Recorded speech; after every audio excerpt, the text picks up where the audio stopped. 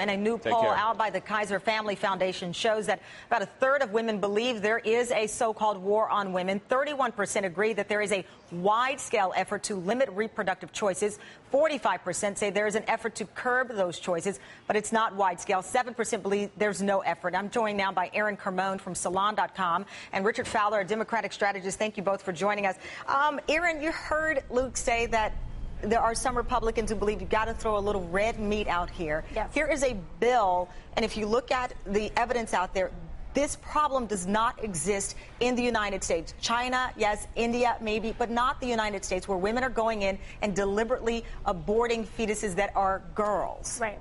What they're trying to do is force a situation where they can run ads and say Democrats are waging the real war on women because they want people to be able to abort girl babies. But the truth is, in the countries that you mentioned, which is not the concern of the United States Congress, in the countries that you mentioned, the only thing that has worked to curtail sex-selective abortion or sex selection at the IVF stage is gender equality. And curtailing women's reproductive rights is not going to lead to gender equality, which is the only thing that in places where sex-selective abortion exists has changed anything. But when you look at these numbers, a third of women believe there is a war on women, whether those who've called it silly or this is like, I believe Reince Priebus said, it's like saying there's a war on caterpillars. The numbers there show that something is resonating. Mm-hmm. And when we start off an hour with a bill that's on the House floor right now addressing a problem that, according to research, doesn't exist related to women terminating pregnancies. And it also strikes fear in doctors who perform terminations.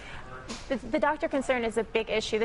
We're on the 3rd anniversary today of the murder of Dr. George Tiller, an abortion provider. This law, if this bill became law, it would impose a penalty of up to a year in prison for a doctor for performing a quote-unquote sex-selective abortion, which basically means that it forces doctors to have to police the choices of their patients, especially their Asian American patients, and further intimidates doctors in a point in which they're already under siege. Richard, let me bring you in. I was noting what Dana Milbank from the Washington Post wrote in his column. He says Republicans long ago lost African-American voters. They are well on their way to losing Latinos. And if Trent Frank prevails, they may lose Asian Americans, too. We heard Congressman Frank specifically note Asian American women in his concern that this selective gender abortions are happening.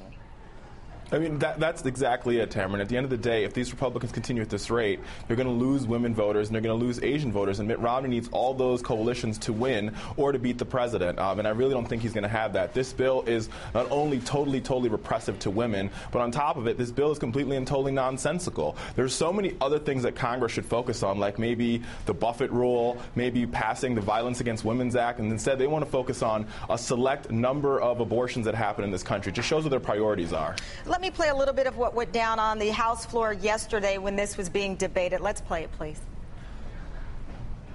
This is the ultimate war on women, Mr. Speaker. If we don't allow women to be born, we cannot talk about any other rights. You talk about a war on women. This is a war on ethics. Woe to you if you vote against this bill. Let's not forget that Planned Parenthood aborts approximately 330,000 children every year. This, Mr. Speaker, is the real war on women. So these were Republicans yesterday on the House floor. We heard, obviously, from Sheila Jackson Lee earlier on MSNBC. The rhetoric is as hot as the topic, and perhaps it should be when you, again, look at some of the things that are being said from this congressman, who also said that at one point African-American women were also terminating their babies based on race, some things that I think people would find outlandish and offensive, to say the least there. But nonetheless, this is still going on, Richard, right now on the House floor. I mean, and that's the sad part, Tamron, that this is actually happening on the House floor. At the end of the day, if there really was a war, if there was a war on women, if we wanted to solve the problem of women, we would pass the Lilly Ledbetter Act. All the people that are co-sponsoring this bill voted against Lilly Ledbetter Act, which would allow for women to get fair pay for a fair day's work. They don't believe in women. They don't believe in women's rights. They just want to repress a woman's uterus, and that's the horrible part. And that's what Americans need to understand. This is exactly what they believe, and they're willing to vote on this. The only good news for us is that we know that they won't get a 2/3 majority, so this bill will never become law in this country, and that's the greatest thing that we could be thankful for. And quickly, Aaron, how does race get tied up into this as well. I mean, it's like with one fatal swoop, this congressman has offended some women, and you've got African Americans and Asian Americans now tied up in it as well. Up until recently, this bill was trying to criminalize and shame African American women by accusing them of perpetrating a genocide in the African American community for making the right choices for them and their bodies. So again, this is really divisive politics. It's trying to be able to say that pro-choice people want to abort baby girls, which is absolutely a falsehood, and it's just cheap politics. Obviously, they need 2/3 vote to get this thing passed here. That's expected not to happen. But what it has done, yet again, is to bring the conversation as to what is the priorities of the House Republicans. Is it the economy, as Luke Ruster is reporting, many in the leadership are saying behind the scenes, or is it to bring issues like this where there is at least no evidence that's been pointed out is a real problem in this country, women specifically aborting fetuses that are girls in an attempt to gender select their child. We'll continue to follow this and bring you the very latest on the vote. Aaron, thank you. Richard, thank you as well.